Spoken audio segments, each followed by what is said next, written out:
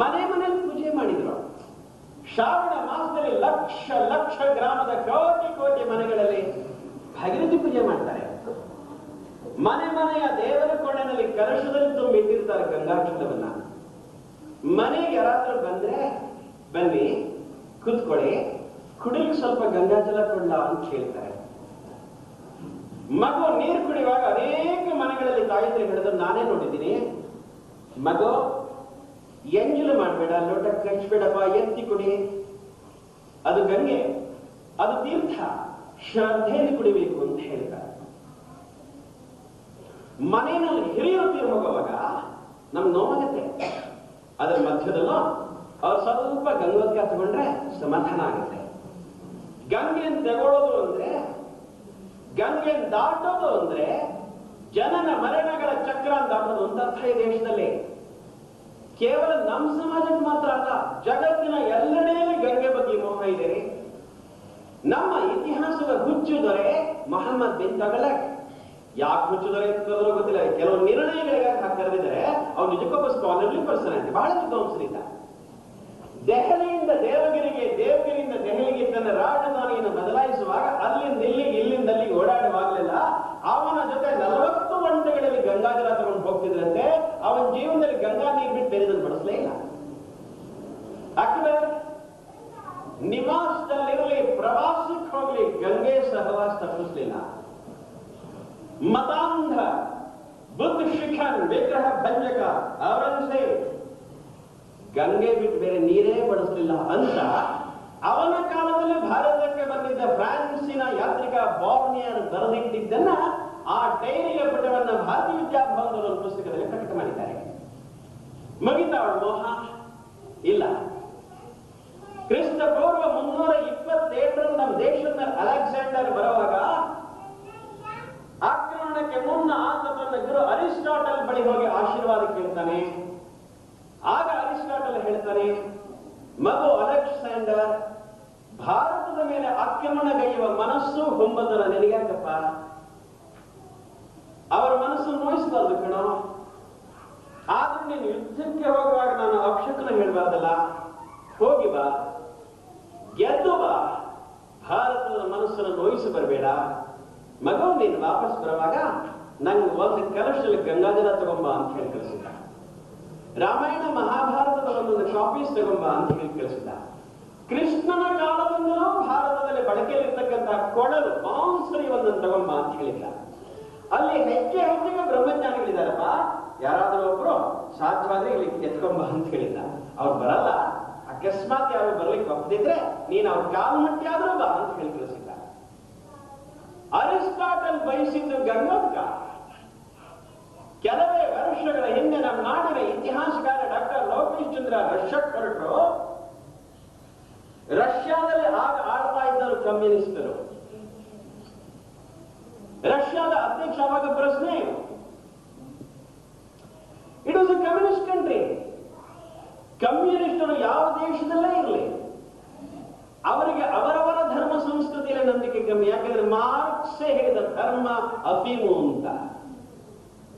ಅವ್ರು ಯಾವುದೇ ದೇಶದಲ್ಲಿ ತಮ್ಮ ಸಂಸ್ಕೃತಿಯಲ್ಲಿ ಅವರಿಗೆ ನಿಷ್ಠೆ ಕಮ್ಮಿ ನಿಷ್ಠೆಯವರು ಅನ್ನೋ ಕಾರಣಕ್ಕೆ ಕಮ್ಯುನಿಸ್ಟ್ ಅಂತ ಕರೀತಾರೆ. ಏನಪ್ಪ ಆ ಕಮ್ಯುನಿಸ್ಟರ ಸ್ವರ್ಗ ಪಿತೃಭೂಮಿ ರಷ್ಯಾ ನಮ್ಮ ನಾಡಿನ ಇತಿಹಾಸಕಾರ ಹೊರಟಾಗ ಅಲ್ಲಿ ಜನ ಹೇಳಿದ್ರು, ನೀವು ಬರುವಾಗ ಗಂಗೆ ತಗೊಂಬನ್ನಿ ಅಂತ. ಇವರು ರೈಲ್ ತಮಗೆ ಸ್ವಲ್ಪ ಗಂಗಾಜಲ ತಗೊಂಡು ಹೋದ್ರು. ಸೈಬೀರಿಯಾ ಏರ್ಪೋರ್ಟ್ ಅಲ್ಲಿ ಇಳಿದಿದ್ದಾಗ ತುಂಬಾ ಜನ ಸಿಗಿದ್ದಾರೆ. ಇವ್ರು ತಿಳಿದ್ರು ನಾನು ವಿಶ್ವವಿಖ್ಯಾತ ಇತಿಹಾಸಕಾರ, ನನ್ನ ಪಾಪ್ಯುಲಾರಿಟಿ ಬಹಳ ಇರ್ಬೇಕಿಲ್ಲಿ. ನಾನು ರಿಸೀವ್ ಮಾಡಿಗೆ ಎಷ್ಟು ಮಂದಿ ಬಂದಿದ್ದಾರೆ ಕೆಳಗೆ ಇಳಿದ ಮೇಲೆ ಗೊತ್ತಾಯ್ತು ಅವ್ರು ಸೇರಿದ್ದು ಇವರಿಗಾಗಿ ಅಲ್ಲ, ನೀರಿಗಾಗಿ. ಏರ್ಪೋರ್ಟ್ ಅಲ್ಲಿ ಸೇರಿದ್ದವರು ಗಂಗೆ ಕೊಡಿ ಎಂದ್ರು. ಹಂಚಕ್ಕೆ ಉದ್ಧರಣೆ ಇರಲಿಲ್ಲ, ಚಮಚ ಇರಲಿಲ್ಲ. ಅವ್ರು ಮನೇಲಿ ಕೊಡೋದು ಅಂತ ತಿಳಿದಿದ್ರು, ಚಮಚ ತಗೊಂಡು ಹೋಗಿಲ್ಲ ಉದ್ಧರಣೆ. ಕೊನೆಗೆ ಬೆರಳತ್ತಿ ಅಲ್ಲಿಗೂ ಕೊಡಬೇಕಾಯ್ತು.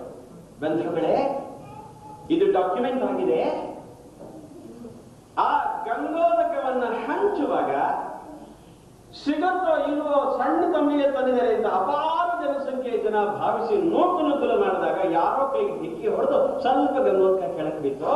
ಭಾವಕರಷ್ಟನ್ನು ಸಹಿಸಿಕೊಳ್ಳಿಲ್ಲ. ಗಂಗೆಯ ಬಿದ್ದು ಒದ್ಯಾದ ಮಣ್ಣನ್ನು ತಗೊಂಡು ಹಣೆ ಮುಚ್ಚಿಕೊಂಡು. ಇದು ಗಂಗೆ ಬಗೆಗಿನ ರಷ್ಯಾದಲ್ಲಿರ್ತಕ್ಕಂಥ ಶ್ರದ್ಧೆ. ಇತ್ತ ಆಗ್ನೇಯ ಏಷ್ಯಾದ ಇಸ್ಲಾಮಿಕ್ ರಿಪಬ್ಲಿಕ್ ಇಂಡೋನೇಷಿಯಾ 97% ಮುಸಲ್ಮಾನರು, ಆ ದೇಶದಲ್ಲೂ ಗಂಗೆ ಬಗ್ಗೆ ಅವರು. ಅಲ್ಲಿಂದ ಯಾರಾದ್ರೂ ಭಾರತಕ್ಕೆ ಬಂದ್ರೆ ನೀವು ವಾಪಸ್ ಬರುವಾಗ ಗಂಗೆ ತನ್ನಿ ಅಂತ ಹೇಳಿ ಕಳಿಸ್ತಾರೆ. ಅದು ಇಸ್ಲಾಮಿ ರಾಷ್ಟ್ರವಾದರೂ ಸಾಂಸ್ಕೃತಿಕವಾಗಿ ಭಾರತದ ಪಡೆಯೊಚ್ಚು ನಾವು ಮರಿಬಾರದು. ಅಲ್ಲಿನ ಮೊದಲ ಅಧ್ಯಕ್ಷ ಸುಕೇರ್ಣ, ಡಾಕ್ಟರ್ ಸುಕೇರ್ಣ, ದಿನಕ್ಕೆ 5 ಬಾರಿ ನಮಾಜ್ ಪಠನ್ ಮಾಡ್ತಿದ್ದ, ಹಜ್ ಯಾತ್ರೆಗೆ ಹೋಗಿ ಬಂದಿದ್ದ. ಅವನ ಹೆಸರು ಸುಕೇರ್ಣ. ಈ ಡಾಕ್ಟರ್ ಲೋಕೇಶ್ ಚಂದ್ರ ಅವರ ತಂದೆ ಭಾಯಿ ರಘುವೀರ್ ಭಾಷಾ ಪ್ರಭು, ವಿಶ್ವದ ಅನೇಕ ಭಾಷೆಗಳಲ್ಲಿ ಬರ್ತಾ ಇತ್ತು. ಇಂಡೋನೇಷಿಯನ್ ಲ್ಯಾಂಗ್ವೇಜಸ್ ಅವ್ರಿಗೆ ಗೊತ್ತಿತ್ತು. ಅವರಲ್ಲಿ ಹೋದಾಗಲೆಲ್ಲ ಅವರನ್ನ ಸ್ಟೇಟ್ ಗೆಸ್ಟ್ ಅಂತ ಟ್ರೀಟ್ ಮಾಡ್ತಾ ಇದ್ರು. ಸುಕರ್ಣಗೆ ರಘುವೀರ್ ಕೇಳ್ತಾರೆ, ನಿಮ್ಗೆ ಈ ಹೆಸರು ಯಾಕೆ? ಅದಕ್ಕೆ ಸುಕರ್ಣ ಅಂದ, ರಾಮಾಯಣ ಮಹಾಭಾರತ ಇಂಡೋನೇಷ್ಯಾದ ರಾಷ್ಟ್ರೀಯ ಗ್ರಂಥಗಳು, ಮಹಾಕಾವ್ಯಗಳು. ನನ್ನ ತಂದೆಗೆ ಮಹಾಭಾರತದಲ್ಲಿ ಕರ್ಣನ ಪಾತ್ರ ತುಂಬಾ ಹಿಡಿಸ್ತು. ಕರ್ಣ ಎಷ್ಟು ಒಳ್ಳೆಯವನಿದ್ರು ಅವನು ಕೌರವರ ಕಡೆ ಇದ್ದದ್ರಿಂದ ಕೆಟ್ಟವನು. ನನ್ನ ಮಗ ಇನ್ನೂ ಒಳ್ಳೆ ಕರ್ಣನಾಗಬೇಕು ಅಂತ ನನಗೆ ಸುಕರ್ಣ ಅಂತ ಹೆಸರಿಟ್ಟಿದ್ದಾರೆ ಅವನಂತ. ಅವನ ಹೆಂಡತಿ ಹೆಸರು ರತ್ನ ಸಾರಿಕಾ. ಈಗ ಅವನ ಮಗಳೇ ಅಲ್ಲಿ ಅಧ್ಯಕ್ಷೆ, ಅವಳ ಹೆಸರು ಮೇಘವತಿ ಸುಕರ್ಣ ಪುತ್ರಿ. ಮಲೇಷಿಯಾ ಪಾರ್ಲಿಮೆಂಟಿನ ಹೆಸರು ಭೂಮಿಪುತ್ರ ಸದನ. ಥಾಯ್ಲೆಂಡಿನ ರಾಜಧಾನಿ ಬ್ಯಾಂಕಾಕಿನ ಮತ್ತೊಂದು ಹೆಸರು ಅಯೋಧ್ಯ. ಇಂಡೋನೇಷ್ಯಾದ 2ನೇ ಅಧ್ಯಕ್ಷನ ಹೆಸರು ಸುಹಾಟೋ, ಸುಕೃತ, ಒಳ್ಳೆ ಸ್ನೇಹಿತ ಅನ್ನುವ ಅರ್ಥದ ಸಂಸ್ಕೃತ ಶಬ್ದ. ನಮ್ಮ ಸೆಕ್ಯುಲರ್ ಕಂಟ್ರಿಯ ಏರ್ಲೈನ್ಸ್ ಹೆಸರು ಇಂಡಿಯನ್ ಏರ್ಲೈನ್ಸ್. ಇದರ ಕೌಂಟರ್ ಪಾರ್ಟ್ ಅಲ್ಲಿದೆ, ಅದು ಗರುಡ ಏರ್ಲೈನ್ಸ್. ಗರುಡ ವಿಷ್ಣುವಿನ ವಾಹನ. ಇಂಡೋನೇಷ್ಯಾದ ರಾಜಧಾನಿ ಜಕಾರ್ತಾದಲ್ಲಿ ಇರತಕ್ಕಂಥ ಅವರ ಪಾರ್ಲಿಮೆಂಟ್ ಭವನದ ಅಂಗಳಕ್ಕೆ ಕಾರಣವಾಗಿ ನಿಮಗೆ ಮೊದಲು ಸಿಗುವಂಥದ್ದು ಕೃಷ್ಣನ ಗೀತಾರಥದ ಆಕೃತಿ. ಆ ಮುಸ್ಲಿಂ ದೇಶದಲ್ಲಿ ಡಿಕ್ಲೇರ್ಡ್ ಇಸ್ಲಾಮಿಕ್ ರಿಪಬ್ಲಿಕ್ಕಿನ ಪಾರ್ಲಿಮೆಂಟ್ ಕ್ಯಾಂಪಸ್ ಕೃಷ್ಣನ ರಥ.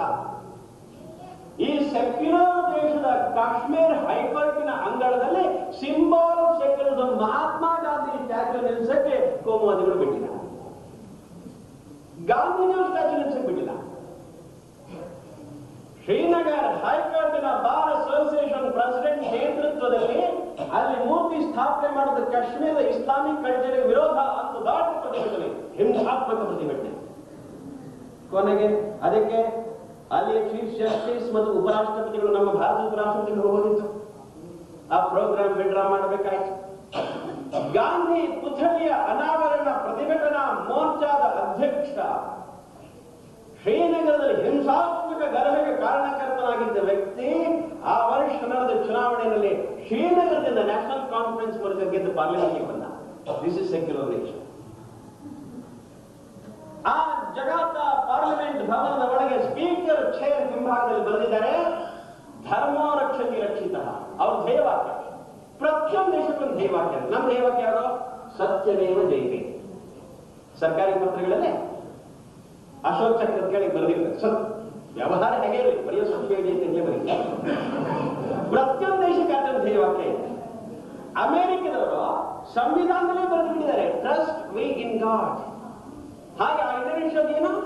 ಸತ್ಯಮೇವ ಜಯತೆ.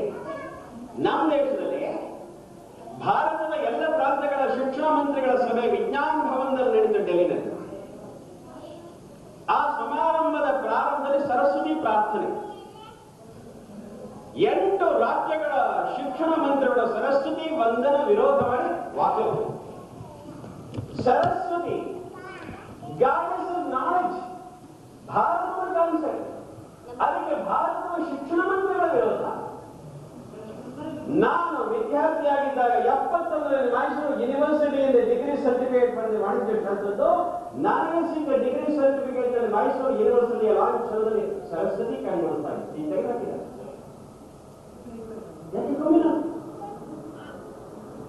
ಜಕಾರ್ತಾ ಯೂನಿವರ್ಸಿಟಿನಲ್ಲಿ 97% ಮುಸ್ಲಿಂ ವಿದ್ಯಾರ್ಥಿಗಳು. ಒಳಗೆ ಹೋಗ್ತಿದ್ದಂತೆ ಮೊದಲು ಸಿಗೋದು ಸರಸ್ವತಿಯ ಭವ್ಯವಾದ ವಿಗ್ರಹ. ಅಲ್ಲಿ ಮುಸಲ್ಮಾನರ ಆರಾಧನೆ ಮಾಡ್ತಾರೆ, ಇಲ್ಲಿ ಹಿಂದೂಗಳನ್ನು ವಿರೋಧ ಮಾಡ್ತಾರೆ. ಇದು ಭಾರತ. ಗಂಗೆಯ ಬಗ್ಗೆ ಶ್ರದ್ಧೆ ವೈಶ್ವಿಕ ಆಯಾಮವನ್ನು ಪಡೆದಿದೆ. ಪ್ರಾರಂಭದಲ್ಲಿ ಮಾತಾಡಿದ ಬಂಧುಗಳೇ, ಹೊಸ್ತೇನು ಹೇಳಲ್ಲ, ನಿಮ್ಗೆ ಗೊತ್ತಿರೋದ ನೆನ್ಪು ಮಾಡ್ತೀನಿ. ಹಿಂದೆ ನೆಲ ಅಂದ್ರೆ ತಾಯಿ, ಹಸು ಅಂದ್ರೆ ತಾಯಿ, ಏನು ಅಂದ್ರೆ ತಾಯಿ, ಮೂರು ಸಂಗತಿ ಹೇಳಿದೆ, ಹೊಸ್ತೇನು ಹೇಳಿಲ್ಲ. ಇದೆಲ್ಲ ನಿಮ್ಗೆ ಗೊತ್ತು. ನನ್ನ ಪ್ರಶ್ನೆ ಅಂದ್ರೆ, ನಿಮ್ಗೆ ಇದು ಗೊತ್ತಿದೆಯಲ್ಲ, ಗೊತ್ತಾಗದು ಹೇಗೆ? ಶಾಲೆ ಕಲಿಸಲ್ಲ, ಸಿಲೆಬಸ್ ಸೇರಿಸಿಲ್ಲ. ಅದನ್ನು ಮುಗಿಸಿದ್ರೆ ಸಾಕಪ್ಪ ನಮ್ಮ ಉಪಾಧ್ಯಾಯಗಳಿಗೆ. ಅದ್ರ ಹೊರಗಿರೋದನ್ನು ಹೇಗೆ ಹೇಳಬೇಕು? ಮತ್ತೆ ಇದೆಲ್ಲ ಹೇಳ್ಬಿಟ್ಟು ಅವ್ರು ಟ್ರಾನ್ಸ್ಫರ್ ಮಾಡಿಬಿಡ್ತಾರೆ ನೀರಿಲ್ಲದಾಗಿದೆ. ನಮ್ಮ ಮಕ್ಕಳಿಗೆ ಸಂಸ್ಕಾರ ಕೂಡ ಆಗಿಲ್ಲ, ಭಾರತೀಯ ಮೌಲ್ಯ ಕೆಲಸ ಆಗಿಲ್ಲ. ಯಾವ್ದನ್ನು ಶಾಲೆಯಲ್ಲಿ ಕಲಿಸಲ್ವೋ ಅದನ್ನ ನಾವು ನಮ್ಮ ತಾಯಿ ಕಲಿತೀವಿ. ಈ ಕೊರತೆ ತುಂಬೋದು ನಮ್ಮ ತಾಯಿ ಇದ್ರು. ಅವ್ರ ನಡವಳಿಕೆ ಗಮನಿಸಿದ್ರ? ಬೆಳಗ್ಗೆ ಹೇಳ್ತಾ ಇದ್ದಂತೆ ನಮ್ಮ ತಾಯಿಯನ್ನು ನೆಲಕ್ಕೆ ನಮಸ್ಕಾರ ಮಾಡ್ತಾರೆ. ಭೂಮಿ ವಂದನದೊಂದಿಗೆ ದಿನಶ್ರೀ ಪ್ರಾರಂಭ. ಮಂಡ್ಯದ ಹತ್ರ ಕಂಡಿಸಿನಲ್ಲಿ ನಾನು ನೋಡಿದ ಒಂದು ಹಳ್ಳಿ, ಪುಟ್ಟ ಗುಡಿಸಲು ನೋಡಿದ್ದೆ ಒಂದಿನ. ಆ ಗುಡಿಸಲ ತಾಯಿ ಮೃದು ಧ್ವನಿಯಲ್ಲಿ ಕೋಮಲ ಕಂಠದಿಂದ ಬೆಳಗ್ಗೆ ಗುಣಗುಣಿಸ್ತಾ ಇದ್ದ ಹಾಡನ್ನು ಕೇಳಿದ್ರೆ, ಸುಪ್ಪು ಗಟ್ಟಿದ್ದ ಚರ್ಮ, ಬಾಗಿದ್ದ ಬೆನ್ನು, ಭೂಮಿ ವಂದನ ಮಾಡಿದ ತಾಯಿ ಬೆಳಗಾಗಿ ನಾನೆಂದು ಯಾರ್ಯಾರು ನೆನೆಯಲಿ ಹೆಣ್ಣು ಜೀವಿಗೆ ಬೆಳೆಯೋಣ ಭೂಮಿ ತಾಯಿ ಅದೊಂದು ಗಳಿಗೆ ನೆನೆದೇ ನಾನು ಕೇಳ್ಕೊಂಡು ಓಡಾಡ್ತಿದ್ದು, ನೆಲ ಒರೆಸಿದ್ದು, ಗುಡಿಸಿದ್ದು, ಸಾಕಿದ್ದು. ಹೇಳ್ತಿದ್ದಂತೆ ನನಗೆ ನಮಸ್ಕಾರ ಮಾಡ್ತಾರೆ ನಮ್ಮ ತಾಯಿಯರು. ಕಟ್ಟಿಗೆ ನಮಗೆ ಹಸು ಪ್ರದಕ್ಷಿಣೆ ಬರ್ತಾರೆ, ತುಳಸಿಗೆ ನಮಸ್ಕಾರ ಮಾಡ್ತಾರೆ, ಬಿಲ್ವ ವೃಕ್ಷಕ್ಕೆ ವಡವೃಕ್ಷಕ್ಕೆ ನಮಸ್ಕಾರ ಮಾಡ್ತಾರೆ, ಸೂರ್ಯಗೆ ನಮಸ್ಕಾರ ಮಾಡ್ತಾರೆ, ಎತ್ತಿಗೆ ನಮಸ್ಕಾರ ಮಾಡ್ತಾರೆ. ಮಗು ಇದನ್ನು ನೋಡ್ತಾ ನೋಡ್ತಾ ಕಲಿಯುತ್ತೆ. ಮತ್ತು ತಾಯಿ ಕಲಿಸಿದ ಪಾಠ ನಾವು ನಮ್ಮ ಜೀವನದಲ್ಲಿ ಮರೆಯಲ್ಲ. ಮೇಷ್ಟ್ರು ಕಲಿಸಿದ್ದು ಪರೀಕ್ಷೆ ತನಕ ನೆನಪಿಟ್ಕೊಂಡ್ರೆ ಮಕ್ಕಳು ಅದು ನೆನಪಿಟ್ಕೊಂಡಿಲ್ಲ. ಆದ್ರೆ ತಾಯಿ ಕಲಿಸಿದ್ದು ನಾವು ಮರೆಯದೇ ಇದ್ದಾರೆ. ಜೀವನ ಪೂರ್ತಿ ದಡ್ಡವರಾಗ್ತಿದ್ದಂತೆ ತಾಯಿ ಕಲಿಸಿದ ಪಾಠವನ್ನು ಹೆಚ್ಚು ಪ್ರಖರವಾಗಿ ಪರಿಚಯ ಮಾಡ್ಕೊಡ್ತೀವಿ. ಉದಾಹರಣೆಗೆ ನಮ್ಮ ಯುವಕ, ನಮ್ಮ ರೈತ ಹೊಲಕ್ಕೆ ಹೋದಾಗ ನೇಗಿಲ ನೆಲಕ್ಕೆ ಹಾಕ್ಸೋ ಮುಂಚೆ ಅಮ್ಮ ಬಂಗಾರದ ಬೆಳೆ ಕೊಡೋ ಒಂದು ಪ್ರಾರ್ಥನೆ ಮಾಡಿ ಕಾಯ್ಕ ಶುರು ಮಾಡ್ತಾನೆ. ವಿಡೇದರೆ ತೋಟಕ್ಕೆ ಒಳಗೆ ಹೋಗ್ಬೇಕಾದ್ರೆ ಚಪ್ಪಲಿ ಹೊರಗೆ ಕಳಚಿಕ್ಕೆ ಒಳಗೆ ಹೋಗ್ತಾನೆ. ಶಾಲೆಗೆ ಬರೋ ಮಗುಗೆ ಈ ಕಾಲೇಜ್ ಬಿಲ್ಡಿಂಗ್ ಇದು ಒಂದು ನಿರ್ಜೀವ ವಸ್ತು, ಕಾಂಕ್ರೀಟ್ ಬಿಲ್ಡಿಂಗ್ ಅಂತ ಅನ್ಸಲ್ಲ ರೀ, ಶಾರದೆಯ ದೇಗುಲ ಅಂತ ಅನ್ಸುತ್ತೆ. ಕಬ್ಬಡಿ ಆಡುವಾಗ ಮಧ್ಯದ ರೇಖೆವರೆಗೆ ಒಂದು ಬಗ್ಗೆ ಮಣ್ಣು ತಗೊಂಡು ಹಣೆಗೆ ಹಚ್ಕೊಂಡು ಆಟ ಆಡ್ತಾರೆ. ನಂಗೆ ಬಹಳ ಆಶ್ಚರ್ಯ, ನಾವೆಲ್ಲ ಹಾಗೆ ಮಾಡಿದೀವಿ. ಯಾಕೆ? ಕಬಡ್ಡಿ ಆಟದ ನಿಯಮಾವಳಿ ಪುಸ್ತಕ ತೆಗೆದು ನೋಡಿದೆ. ಕಬಡ್ಡಿ ಅಂದ್ರೆ ಏನು, ಬೌಂಡ್ರಿ ಹೇಗಿರುತ್ತೆ, ಟಚಿಂಗ್ ಲೈನ್ ಇಲ್ಲಿ, ಸೆಂಟ್ ಲೈನ್ ಇಲ್ಲಿ, ಫೈಟ್ ಲೈನ್ ಇಲ್ಲಿ, ಎಷ್ಟು ಮಕ್ಕಳು ಆಡ್ಬೇಕು, ಔಟ್ ಆಗೋ ಕ್ರಮ ಹೇಗೆ, ಎಲ್ಲ ಬಂದಿದ್ದಾರೆ. ಪುಸ್ತಕದ ಎಲ್ಲ ಪುಟಗಳಂತಿರುವುದೇ, ಯಾವ ಪುಟದಲ್ಲೋ ಆಟಕ್ಕೆ ಮೊದಲು ಸ್ವಲ್ಪ ಮಣ್ಣು ತಗೊಂಡು ಹಣೆಗೆ ಹಚ್ಕೋ ಅಂತ ಬರಲಿಲ್ಲ. ಅದು ಇಡೀ ದೇಶದ ಮಕ್ಕಳನ್ನ ನೀವು ತಾಯಿ ಕಲಿಸಿದ ಪಾಠದ ನೆನಪಲ್ವಾ? ಹೀಗೆ ತಾಯಿಯ ಕಲಿತ ಪಾಠ ಜಗತ್ತಿನ ಪರಿಚಯ ಮಾಡ್ತಿದ್ವಿ. ನಮ್ಮ ದೇಶದ ಹಿರಿಮೆ ಎಂಬ ಬಂಧುಗಳೇ, ಫಿಲಿಪೈನ್ಸ್ ನಿಂದ ಮೆಕ್ಸಿಕೋ ತನಕ, ದಕ್ಷಿಣ ಧ್ರುವದಿಂದ ಉತ್ತರ ಧ್ರುವದವರೆಗೆ ಎಲ್ಲೆಡೆ ಭಾರತದ ಋಷಿಗಳು, ಜ್ಞಾನಿಗಳು, ವಿಜ್ಞಾನಿಗಳು, ವ್ಯಾಪಾರಿಗಳು ಓಡಾಡಿದ್ದರ ಪದಚಿಹ್ನೆಗಳಿದ್ದಾವೆ. ವಿಶ್ವದ ಎಲ್ಲ ಮೂಲೆಗಳಿಗೆ ನಮ್ಮ ಹಿರಿಯರು ಹೋಗಿದ್ದಾರೆ. ವಿಶೇಷ ಅಂದ್ರೆ ನಮ್ಮ ಹಿರಿಯರು ಜಗತ್ತಿನಲ್ಲಿ ಯಾರ ಮನಸ್ಸನ್ನು ನೋಯಿಸಲಿಲ್ಲ. ಸ್ವಾಮಿ ವಿವೇಕಾನಂದರು ಹೇಳ್ತಾರೆ, ಮನುಷ್ಯನಿಗೆ ನೆನಪಿರತಕ್ಕಂಥ 7,000 ವರ್ಷಗಳ ಇತಿಹಾಸದಲ್ಲಿ ಇನ್ನೊಂದು ಜನಾಂಗದ ಮೇಲೆ ಆಕ್ರಮಣ ಮಾಡದೇ ಇರತಕ್ಕಂಥ ಒಂದೇ ಒಂದು ಜನಾಂಗ ಅಂದ್ರೆ ಹಿಂದೂ ಜನಾಂಗ. ನಾವು ಇದುವರೆಗೆ ಜಗತ್ತನ್ನು ಆಕ್ರಮಣ ಮಾಡೇ ಇಲ್ಲ, ಯಾವ ಯುದ್ಧ ಮಾಡಿಲ್ಲ. ನಿಮ್ಗೆ ಅಲೆಕ್ಸಾಂಡರ್ ದಂಡಯಾತ್ರೆ ಸಿಗತ್ತೆ, ನೆಪೋಲಿಯನ್ ದಂಡಯಾತ್ರೆ ಸಿಗತ್ತೆ, ಡ್ಯೂಪ್ಲೆ ದಂಡಯಾತ್ರೆ ಸಿಗತ್ತೆ, ಬಾಬರ್ ದಂಡಯಾತ್ರೆ ಸಿಗತ್ತೆ, ಚಂಗೀಸ್ ಖಾನ್ ದಂಡಯಾತ್ರೆ ಸಿಗತ್ತೆ. ಭಾರತದಲ್ಲಿ ಯಾರಾದ್ರೂ ದಂಡಯಾತ್ರೆ ಹೇಳಿದ್ದಾರೆ ನಿಮ್ಗೆ? ನಮ್ಮ ದೇಶದಿಂದ ಹೊರಗೆ ಹೋದವರು ಅಗಸ್ತ್ಯ, ವಿವೇಕಾನಂದ. ನಮ್ಮ ಹಿರಿಯರು ಹೋದ್ರು ಹೊರಗೆ, ಶಸ್ತ್ರ ತಗೊಂಡಲ್ಲ. ಹೋದಲ್ಲಿ ಧರ್ಮ, ದರ್ಶನ, ಆಧ್ಯಾತ್ಮ, ಜ್ಞಾನ, ವಿಜ್ಞಾನ, ವಾಣಿಜ್ಯ, ವ್ಯಾಪಾರದ ಹಣತೆ ಹಚ್ಚಿ ಮನುಕುಲದ ಬದುಕನ್ನು ಬೆಳಗಿದ್ರು.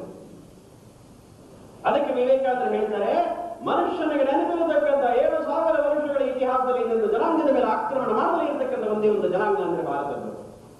ಅದಕ್ಕೆ ಇನ್ನಷ್ಟು ಅನಲೈಸ್ ಮಾಡ್ತಾರೆ. ಅವರು ಹೇಳ್ತಾರೆ, ಅವರೆಲ್ಲ ಹೊರಟ ಕೈಯಲ್ಲಿ ಶಸ್ತ್ರ ಇತ್ತು, ಅವರ ಒಂದೊಂದು ಹೆಜ್ಜೆಗೆ ಭೂಮಿ ಕಂಪಿಸಿತು. ಮನುಕುಲದ ರಕ್ತ ಚೆಲ್ಲಿ ನೆಲದಲ್ಲಿ ರಕ್ತದ ಕೆಸರು ನಿರ್ಮಾಣ ಮಾಡಿದರು. ಆ ಕ್ರೂರಿಗಳ ಒಂದೊಂದು ಹೆಜ್ಜೆಗೆ ಸಾವಿರ ಸಾವಿರ ಹೆಣ್ಣು ಮಕ್ಕಳು ವೈಧವ್ಯದ ನಿಟ್ಟುಸಿರು ಬಿಡಬೇಕಾಯಿತು. ಆದರೆ ಬಂಧುಗಳೇ, ಭಾರತದ ಪರಿ ಕೇಳಿದಿರಾ? ವಿವೇಕಾನಂದ ಮಾತು. ಆದರೆ ಬಂಧುಗಳೇ, ಭಾರತದ ಪರಿ ಕೇಳಿದಿರಾ? ಭಾರತೀಯ ಹೊರಟಾಗ ಅವನ ಕೈಯಲ್ಲಿ ಆಶೀರ್ವಾದದ ಮಂತ್ರ ಇತ್ತು, ಬಾಯಲ್ಲಿ ಶಾಂತಿ ಮಂತ್ರ ಇತ್ತು. ಯಾರನ್ನು ನೋಯಿಸಲಿಲ್ಲ, ವಿಶ್ವವೇ ಅವನನ್ನು ಅನುಮತಿಸಿತು. ಆ ವಾತಾವರಣ ಇವತ್ತಿಗೂ ಇದೆ. ಜಪಾನಿನ Tokyo university history head department doctor Nakamura ಹೇಳ್ತಾರೆ, you are our spiritual leader. ಭಾರತ ಜಪಾನಿನ ಅಧ್ಯಾತ್ಮದ ಗುರು. ಒಬ್ಬ ರಾಮ, ಒಬ್ಬ ಬುದ್ಧ ಜಪಾನಿನ ಬದುಕನ್ನು ರೂಪುಗೊಳಿಸಿದ್ರು ಅಂತ ಹೇಳ್ತಾರೆ.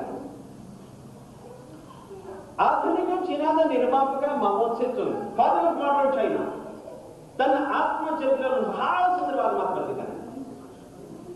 ಮಾವೋ ಹೇಳಿದ್ದಾರೆ, ಚೀನಾದ ಸಾಮಾನ್ಯ ವ್ಯಕ್ತಿಗೆ ಭಾರತದ ಬಗೆಗಿನ ಶ್ರದ್ಧೆ ನೋಡಿ ನಾನು ಮೂಕನಾದೆ ಅಂತ ಬರೆದಿದ್ದಾರೆ. ಏನದು ಶ್ರದ್ಧೆ? ಮುಂದವರು ಹೇಳ್ತಾರೆ, ಸಾಮಾನ್ಯ ಚೀನಿ ಪ್ರಜೆ ಸಾಯೋವಾಗ ದೇವರಲ್ಲಿ ಕೇಳ್ತಾನಂತೆ, ದೇವರೇ ಮುಂದಿನ ಜನ್ಮದಲ್ಲಿ ನನಗೆ ಭಾರತದಲ್ಲಿ ಜನ್ಮ ಕೊಡು ಅಂತ ಕೇಳ್ತಾನೆ. ಅದನ್ನು ಮಾವ ಬರೆದಿದ್ದಾರೆ. ನಮ್ಮ ಜನಸಂಖ್ಯೆ ವಿಪರೀತ ಇರಲಿಕ್ಕೆ ಅದು ಕಾರಣ ಇರಬೇಕು. ಅವರೆಲ್ಲ ಇಲ್ಲೇ ಬರ್ತಾರೆ. ಜಗತ್ತಿನ ಜನ ಗೌರವಿಸುವ ಭಾರತ ವಿಷಯಕ್ಕೆ ಚೀನಾದ ರಾಯಭಾರಿಗೆ ಅಮೆರಿಕದಲ್ಲಿದ್ದ ಡಾಕ್ಟರ್ ಜೋಶಿ, ಚೀನಾದ ಅಂಬಾಸಿಡರ್, ಅವನಿಂದ 2,000 ವರ್ಷಗಳ ಕಾಲ ಭಾರತ ನನ್ನ ದೇಶ ಆಳ್ತು. ಆದರೆ ಒಬ್ಬ ಭಾರತೀಯ ಸೈನಿಕನು ಆಕ್ರಮಣ ಮಾಡಲಿಲ್ಲ ನಮ್ಮ ದೇಶದ ಮೇಲೆ. ತನ್ನ ನಡವಳಿಕೆ ಮೂಲಕ, ತನ್ನ ನಂಬಿಕೆ ಮೂಲಕ ಭಗವಾನ್ ಬುದ್ಧನ ಮೂಲಕ ನಮ್ಮನ್ನು ಆಳಿದ್ರಿ ಅಂತ ಹೇಳ್ತಾನೆ. ಎಂಥ ಸೊಗಸಾದ ಟ್ರಿಬ್ಯೂಟ್ ಅಲ್ಲ ಇದು. ಮ್ಯಾಕ್ಸ್ ಮುಲ್ಲರ್ 1851 ಡಿಸೆಂಬರ್ 12ನೇ ತಾರೀಕು ಮೊದಲ ಬಾರಿಗೆ ದ್ರೋಹಿ ಲಾರ್ಡ್ ಮೆಕಾಲೆ ಆತನ ಭೇಟಿ ಮಾಡಿದ. ಶಿಕ್ಷಣ ನಮ್ದು ಕೊಲೆಗೆಡ್ಲಿಕ್ಕೆ ಮೆಕಾಲೆನೇ ಕಾರಣ. 1836 ಒಂದು ಪತ್ರ ಬರೆದಿದ್ದಾರೆ. ಕಲ್ಕತ್ತಾದಿಂದ ಬರೆದ ಪತ್ರ ಅವನ ಅಪ್ಪನಿಗೆ ಲಂಡನ್ನಿಗೆ. ಆ ಪತ್ರದಲ್ಲಿ ಅವನೇನಂತಾನೆ, ಅಪ್ಪ, ಬಂಗಾಳದಲ್ಲಿ ನಮ್ಮ ಶಿಕ್ಷಣ ತುಂಬಾ ಚೆನ್ನಾಗಿ ನಡೀತಿದೆ, ಎಲ್ಲರೂ ತಮ್ಮ ಮಕ್ಕಳನ್ನ ನಮ್ಮ ಇಂಗ್ಲಿಷ್ ಶಾಲೆಗೆ ಸೇರಿಸಬೇಕು ಅಂತ ತುದಿಗಾಲಲ್ಲಿ ನಿಂತಿದ್ದಾರೆ. ಅದು ಇವತ್ತಿಗೂ ಹಾಗೆ. ಕನ್ನಡ ಸ್ಕೂಲ್ ಯಾರಿಗೆ ಬೇಕಾಗಿಲ್ಲ, ಕಾನ್ವೆಂಟೇ ಬೇಕು, ಇಂಗ್ಲಿಷೇ ಬೇಕು. ಅವನು ಹೇಳ್ತಾನೆ, ಇನ್ನೊಂದು ಪೀಳಿಗೆ, 2 ಪೀಳಿಗೆ ನಮ್ಮ ಶಿಕ್ಷಣ ಇಷ್ಟೇ ಚೆನ್ನಾಗಿ ನಡೆದ್ರೆ ನನಗೆ ವಿಶ್ವಾಸ ಇದೆ, ಬಂಗಾಳದ ಕುಲೀನ ಮನೆತನಗಳಲ್ಲಿ ವಿಗ್ರಹ ಪೂಜೆ ಮಾಡಕ್ಕೆ ಒಬ್ಬ ಹುಡುಗನ ಇರಲ್ಲ ಅಂತ ಬರ್ತಿದ್ದಾರೆ. ಯಾರು ತಲೆ ಹಾಳು ಮಾಡ್ತೀವಿ, ಧರ್ಮದ ಶ್ರದ್ಧೆ ಕಡಿಮೆ ಮಾಡ್ತೀವಿ ಅಂತ ಬರ್ತಿದ್ದಾರೆ. ಆಗಿದ್ದು ಉಲ್ಟಾ. ನಮ್ಮ ಶಾಲೆಗಳಿಗೆ ಮಗು ಬಂದ್ರೆ ಆ ಮಗುವಿನ ಹೃದಯದಿಂದ, ಮನಸ್ಸಿನಿಂದ ಈ ದೇಶ, ಧರ್ಮ, ಸಂಸ್ಕೃತಿ, ನಂಬಿಕೆ ತೆಗೆದುಹಾಕ್ತೀವಿ ಅಂತ ಹಚ್ಕೊಂಡಿದ್ದಾರೆ. ಸತ್ವಾಯ್ತಾ? ಅದೇ ಶಾಲೆಗಳಲ್ಲಿ ಓದಿದ ಮಕ್ಕಳಲ್ಲಿ ಒಬ್ಬ ಶ್ರದ್ಧಾನಂದ, ಒಬ್ಬ ವಿವೇಕಾನಂದ, ಒಬ್ಬ ಗಾಂಧಿ, ಒಬ್ಬ ಸಾವರ್ಕರ್, ಒಬ್ಬ ಪಟೇಲ್, ಒಬ್ಬ ನೇತಾಜಿ, ಬಂಕಿಮ, ಅರವಿಂದ, ರವೀಂದ್ರ, ಸುಬ್ರಹ್ಮಣ್ಯ ಭಾರತಿ, ತಿಲಕ್, ಗೋಖಲೆ ಹುಟ್ಟಿದ್ರಲ್ಲ, ಅವರೆಲ್ಲ ಅದೇ ಶಾಲೆಯಲ್ಲಿ ಓದ್ದವರಲ್ವಾ? ಆದ್ರೂ ಮೆಕಾಲೆ ನನಸು ಯಾಕೆ ಆಗಲಿಲ್ಲ? ಮೆಕಾಲೆಗೆ ಯಶಸ್ಸು ಯಾಕೆ ಸಿಗ್ಲಿಲ್ಲ? ಯಾಕೆಂದ್ರೆ ಬಂಧುಗಳೇ, ಶಾಲೆಗಳಲ್ಲಿ ನಮ್ಮ ಮನಸ್ಸನ್ನು ಹಾಡ್ಕೊಡೋ ಪ್ರಯತ್ನ ಮಾಡಿದ್ರು, ಆದ್ರೂ ನಮ್ಮ ಮನೆಗಳು ಚೆನ್ನಾಗಿತ್ತು. ವಿವೇಕಾನಂದರು ಹೇಳ್ತಾರೆ, ನಾನು ನನ್ನ ತಾಯಿ ತಡೆ ಮೇಲೆ ಕುಳಿತುಕೊಂಡು ಮಹಾಭಾರತ ಕೇಳಿದೆ, ರಾಮಾಯಣ ಕೇಳಿದೆ, ನನಗೊಂದು ವ್ಯಕ್ತಿತ್ವ ಪ್ರಾಪ್ತ ಆಯಿತು ಅಂತ ಹೇಳ್ತಾರೆ. ಪುಥಳಿ ಬಾಯಿ ಗಾಂಧೀಜಿನ, ಮೋಹನ್ ದಾಸನನ್ನ ಎಳೆ ವಯಸ್ಸಲ್ಲಿ ಒಂದಿನ ನಾಟಕ ನೋಡ್ಲಿಕ್ಕೆ ಕರ್ಕೊಂಡು ಹೋದ್ರು. ಸತ್ಯ ಹರಿಶ್ಚಂದ್ರನ ನಾಟಕ. ಸತ್ಯ ಅಂತ ಕಣ್ಣು ಮುಂದೆ ಹರಿಶ್ಚಂದ್ರ ಮತ್ತು ಗಾಂಧಿ ಬರ್ತಾರೆ. ಆದ್ರೆ ಗಾಂಧಿ ಹುಟ್ಟುವಾಗಲೇ ಸತ್ಯ ಹರಿಶ್ಚಂದ್ರ ಅಲ್ಲ. ಚಿಕ್ಕ ಮಕ್ಕಳು ಸುಳ್ಳು ಹೇಳಲ್ವಾ? ಚಿಕ್ಕ ಮಕ್ಕಳು ಕದಿಯಲ್ವಾ ತಿಂಡಿ? ಚಿಕ್ಕ ಮಕ್ಕಳು ಕದಿಬೇಕು. ಸುಳ್ಳು ಹೇಳ್ಬೇಕು, ಗಲಾಟೆ ಮಾಡಬೇಕು, ಅಕ್ಕಪಕ್ಕದ ಮನೆಯವರು ಕಂಪ್ಲೇಂಟ್ ತರಲೇಬೇಕು. ನಿಮ್ಮ ಮಗ ಬಹಳ ಜಗಳ ಆಡ್ತಾನೆ, ಗಲಾಟೆ ಮಾಡ್ತಾನೆ, ಕಂಪ್ಲೇಂಟ್ ಕೊಡ್ಲೇಬೇಕು. ಅದೇನು ಮಾಡಲ್ಲ, ನಮ್ಮ ಮಗ ಶಾಂತ ಕೂತಿದ್ದಾನೆ ಅಂದ್ರೆ ಆ ಮಗು ಹುಷಾರಿಲ್ಲ ಅಂತ ತಿಳ್ಕೊಂಡು ಡಾಕ್ಟರ್ ಕರ್ಕೊಂಡು, ಅದು ಮಕ್ಕಳಲ್ಲಿ ಇದೆ. ಅದು ಮೋಹನ್ ದಾಸ ಬಾಲ್ಯದಲ್ಲಿ ಅದೆಲ್ಲವನ್ನೂ ಮಾಡಿದ್ದ. ಒಂದಿನ ಪುತ್ಥಡಿ ಬಾಯಿ ಆ ಮಗನ ಕರ್ಕೊಂಡು ಸತ್ಯಹರಿಶ್ಚಂದ್ರ ನಾಟಕಕ್ಕೆ ಹೋದ್ವ. ಅಷ್ಟೇ ಅವನು ಮಾಡಿದ್ದು. ಹರಿಶ್ಚಂದ್ರನ ನಾಟಕ ನೋಡ್ದ, ನಾನು ಹಾಗೆ ಆಗ್ತೀನಿ ಅಂತ ನಿಶ್ಚಯ ಮಾಡಿದ. ಮನೆಯ ಒಳಗೆ ರಾಮಾಯಣ, ಹೊರಗಡೆ ಸತ್ಯ ಹರಿಶ್ಚಂದ್ರ, ಒಳಗಡೆ ಆಧ್ಯಾತ್ಮಿಕ ಪರಿಸರ, ಸಮಾಜದಲ್ಲೂ ಸಾಂಸ್ಕೃತಿಕ ಪರಿಸರ. ಹಾಗಾಗಿ ನಮ್ಮ ಮಕ್ಕಳು ಹಾಳಾಗ್ಲಿಲ್ಲ. ಮೆಕಾಲೆ ಸ್ವತಃ ಸ್ವಾತಂತ್ರ್ಯ ಬಂದ್ಮೇಲೆ ಮೆಕಾಲೆಗೆ ಯಶಸ್ಸು ಸಿಗ್ತಾ ಇದ್ದೀರಿ. ಸಂಸಾರ ಚಿಕ್ಕದಾಯ್ತು, ಅಪ್ಪ ಅಮ್ಮ ಅಜ್ಜ ಅಜ್ಜಿ ನಮಗೆ ಬೇಡ, ಮಕ್ಕಳಿಗೆ ಮಾರ್ಗದರ್ಶನ ಮಾಡ್ಲಿಕ್ಕೆ ಹಿರಿಯರಿಲ್ಲ, ಇಬ್ರು ಕೆಲಸಕ್ಕೆ ಹೋಗ್ತೀವಿ, ಸಂಜೆ ಹೊತ್ತಿಗೆ ದಣಿವಾಗಿರುತ್ತೆ, ಮಕ್ಕಳಿಗೆ ಶಿಕ್ಷಣ ಕೊಡಲಿಕ್ಕೆ ಸಮಯ ಇಲ್ಲ. ಅಷ್ಟಾಗಿ ಮಕ್ಕಳು ಚೆನ್ನಾಗಿದ್ರೆ ಅವ್ರ ಪುಣ್ಯ ಚೆನ್ನಾಗಿರ್ಬೇಕು. ಸಾಲದು ಅಂತೇಳಿ ಟಿವಿನಲ್ಲಿ ಹ್ಯಾಂಗ್ ತಿರುಗಿಸಿದ್ರು ಚಾನಲ್ಸ್. ಕೆಲವು ದೃಶ್ಯಗಳು ಹೀಗೆ ಬರ್ತಾವ ಬಂಧುಗಳೇ. ಆಗ ಅಪ್ಪ ಅಮ್ಮಂಗೆ ಅನ್ಸತ್ತೆ ಈ ಸಂದರ್ಭದಲ್ಲಿ ಮಕ್ಕಳಲ್ಲಿ ಇರಬಾರ್ದಿತ್ತು. ಮಕ್ಕಳಿಗೆ ಅನ್ಸತ್ತೆ ಅಪ್ಪ ಅಮ್ಮ ಇದ್ದಿದ್ರೆ ಒಳ್ಳೇದು. ಇಬ್ರು ಸೇರಿ ನೋಡ್ತಿರ್ತಾರೆ. 3 ವರ್ಷದ ಮಗು ಟಿವಿ ಮುಂದೆ ಕೂತ್ರೆ ಅದಕ್ಕೆ 20 ವರ್ಷ ತುಂಬುವಾಗ 52,000 ರೇಟ್, 74,000 ಮರ್ಡರ್ಸ್ ನೋಡಿರುತ್ತೆ. ಆ ಮಗು ರಾಮ, ಕೃಷ್ಣ, ಬುದ್ಧ, ಬಸವ, ಅಂಬೇಡ್ಕರ್, ಫುಲೆ, ಕರ್ವೆ, ರಾಜರ ಮೋಹನರಾಯ್, ವಿವೇಕಾನಂದ, ಶ್ರದ್ಧಾನಂದ, ವ್ಯಾಸ, ಕಾಳಿದಾಸ್ ಹೆಂಗಾಗ್ತಾನೆ? ಶಂಕರ ಮಧ್ವ ರಾಮಾನುಜ ಹೆಂಗಾಗ್ತಾನೆ? ಒಂದು ಇಂಗ್ಲಿಷ್ ಭಾಷೆ ಜಗತ್ತಿನ 2,000 ಭಾಷೆಗಳನ್ನು ಸಾಧಿಸಿದೆ. ಆ ಇಂಗ್ಲಿಷ್ ನಿಂದಾಗಿ ಭಾರತದ 200 ಭಾಷೆಗಳು ಬಳಲ್ತಾ ಇದ್ದಾರೆ. ಬಳಲೋದು ಹೇಗೆ? ನೀವು ಏನ್ ನೋಡಿ ಅದರ ಮಗು ನಿಮ್ಮನೆಗೆ ಯಾರೋ ಒಬ್ರು ಬಂದ್ರಪ್ಪ, ಹೊಸರು ಯಾರೋ ಗೊತ್ತಿಲ್ಲ ಅಂಕಲ್, ಯಾರೋ ಆಂಟಿ ಬಂದಿದ್ದಾರೆ ಅಂತ ಯಾರು ಗೊತ್ತಿಲ್ಲ. ಒಬ್ಬ ಹುಡುಗಿ ಜೀವನದಲ್ಲಿ ಅಂಕಲು ಆಂಟಿ ಎರಡೇ ಮಾತ್ರ ನಿಭಾಯಿಸೋದ. ತಂದೆಯಾಗಿ, ಮಗನಾಗಿ, ಅಣ್ಣನಾಗಿ, ತಮ್ಮನಾಗಿ, ಅಳಿಯನಾಗಿ, ಭಾವನಾಗಿ, ಮೈದುನನಾಗಿ, ಷಡ್ಡಗನಾಗಿ, ಚಿಕ್ಕಪ್ಪ, ದೊಡ್ಡಪ್ಪ, ಮಾವ, ಸೋದರ ಮಾವ, ಅಜ್ಜ, ಎಷ್ಟು ಪಾತ್ರ ಯಾವುದು ಗೊತ್ತಿಲ್ಲ. ತಾಯಿಯಾಗಿ, ಮಗಳಾಗಿ, ಅಕ್ಕನಾಗಿ, ತಂಗಿಯಾಗಿ, ಸೊಸೆಯಾಗಿ, ನಾದಿನಿಯಾಗಿ, ವಾರಗಿತ್ತಿಯಾಗಿ, ಅತ್ತೆಯಾಗಿ, ಸೋದರತ್ತೆಯಾಗಿ, ಚಿಕ್ಕಮ್ಮ, ದೊಡ್ಡಮ್ಮ, ಅಜ್ಜಿ, ನಮ್ಗೆ ಎಷ್ಟು ಪಾತ್ರ ಯಾವುದೋ ಗೊತ್ತಿಲ್ಲ. ನಮ್ಮ ಭಾಷೆನೇ ಸಂಕುಚಿತವಾಯಿತು. ಒಂದು ಕ್ರಿಕೆಟ್, ನಮ್ಮ ನಾಡಿನ ಕ್ರೀಡಾ ವೈವಿಧ್ಯ ಸಾಯಿಸಿಲ್ವಾ? ಯಾವ ಊರಿಗೆ ಹೋಗಿ ನಮ್ಮ ಮಕ್ಕಳು ಬರೀ ಕ್ರಿಕೆಟ್ ಆಡ್ತಾರೆ, ಯಾವ ಹಳ್ಳಿಗೆ ಹೋಗಿ ಬರೀ ಕ್ರಿಕೆಟ್, ಇನ್ನೊಂದು ಕಾಡಿಗೆ ಹೋಗಿ ವನವಾಸಿಗಳು ಅವು ಮಕ್ಕಳು ಕ್ರಿಕೆಟ್ ಆಡ್ತಾರೆ. ವಿಕೆಟ್ ಇಲ್ಲ, 3 ಬಿಸ್ಲೇರಿ ಬಾಟ್ಲಿಟ್ಟೆ ಹೊಡಿತಾರೆ. ಎಂಥದ್ರಂತ ನಮ್ಮ ಮಕ್ಕಳು ಬೀದಿಲಿ ಓಡಾಡುವಾಗ ಸ್ಕೂಲ್ ಬ್ಯಾಗ್ ಇಟ್ಕೊಂಡು ಹೋಗ್ತಿರ್ತವೆ, ಕೈ ಬಾಲ್ ಇಲ್ಲ, ಬ್ಯಾಟ್ ಇಲ್ಲ, ಆದ್ರೂ ಕ್ರಿಕೆಟ್ ಆಡ್ತಾವೆ ಮಾನಸಿಕವಾಗಿ. ನೀವು ನೋಡಿದ್ದೀರಾ? ಇದಕ್ಕಿಂತ ಹಿಂದೆ ಬರ್ತಾವ, ಮುಂದ್ 2 ಹೆಜ್ಜೆ ಮುಂದ್ ಹಿಂಗಂತ. That is bowling. ಆ ಮಕ್ಕಳು ಬೌಲ್ ಮಾಡಿದಾಗ ball girls to other end, ಅದು ಹೆಂಗಪ್ಪ ಇನ್ ಕಡೆ ಬರುತ್ತೆ, ಅವನೇ ಅದನ್ನ ಬ್ಯಾಟ್ ಮಾಡ್ತಾನೆ. ಸಿಕ್ಸರ್ ಕೂಗ್ತಾನೆ, ಅಷ್ಟೊಂದನ್ನು ಕ್ಯಾಚ್ ಮಾಡ್ತಾನೆ, ಅವನೇ ಅಂಪೈರ್. ಕ್ರಿಕೆಟ್ ನ ಮಕ್ಕಳ ಮನಸ್ಸನ್ನು ಈ ಪ್ರಮಾಣದಲ್ಲಿ ಆವರಿಸೋದ್ರ ಮೂಲಕ ಭಾರತದ ಕ್ರೀಡಾ ವೈವಿಧ್ಯ ಸತ್ವೈತು. ನೆನಪಿದೆಯಾ?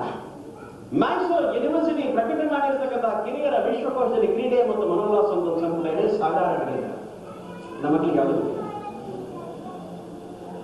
ಭಾರತದ ಆಟಗಳಲ್ಲಿ ಒಂದು ಹೋಲಿಸ್ಟಿಕ್ ಅಪ್ರೋಚ್ ಇತ್ತು, ಸರ್ವಾಂಗೀಣ ಚಿಂತನೆ, ವಿಕಾಸದ ಕಲ್ಪನೆ ಇತ್ತು. ಶಾರೀರಿಕ ಕ್ಷಮತೆ, ಮಾನಸಿಕ ಏಕಾಗ್ರತೆ, ಬೌದ್ಧಿಕ ಪ್ರಖರತೆಗೆ ಅದರಲ್ಲಿ ಅವಕಾಶ ಇತ್ತು. ವಿದೇಶಿ ಆಟಗಳಲ್ಲಿಲ್ಲ. ಕಬಡ್ಡಿ ಆಟದಲ್ಲಿ ಒಬ್ಬ ಆಟಗಾರ ತನ್ನ ಸ್ನೇಹಿತನನ್ನ ಜೀವಂತವಾಗಿ ಚೇಸ್ ಮಾಡ್ತಾನೆ.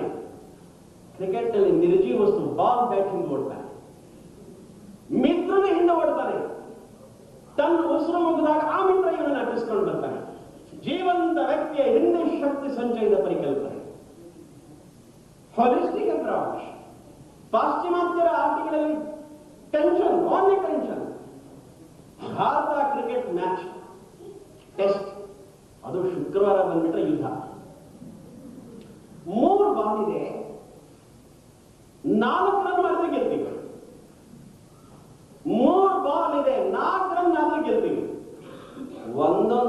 ಇವನಿಗೂ ಎಷ್ಟು ಟೆನ್ಷನ್ ರೀ.